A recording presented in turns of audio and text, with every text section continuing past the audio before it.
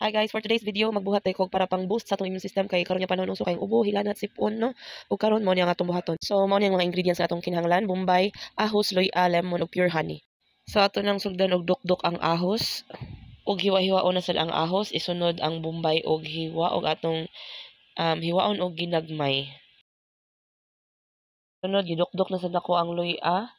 Ako dayon hiwa-hiwaon og ginagmay pod.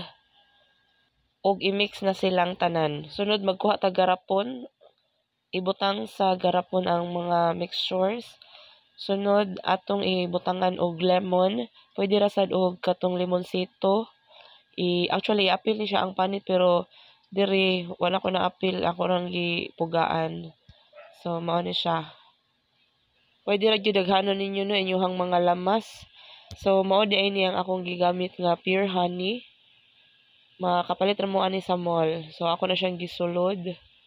Ako na siyang gi-mix, gisagol na nako siya sa mga bombay, ahos ug loy-a ug lemon.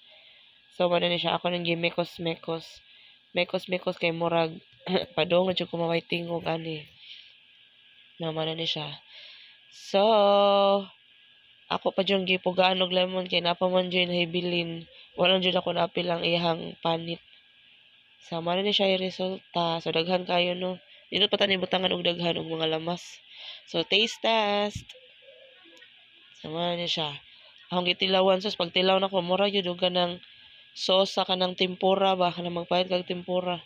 Lami ba siya oh. Nakaon pa kog ahos. So mao ni siya. Ay ako pang ipun-an kay murag gilamian man ko. So ugma na sad. See you, bye.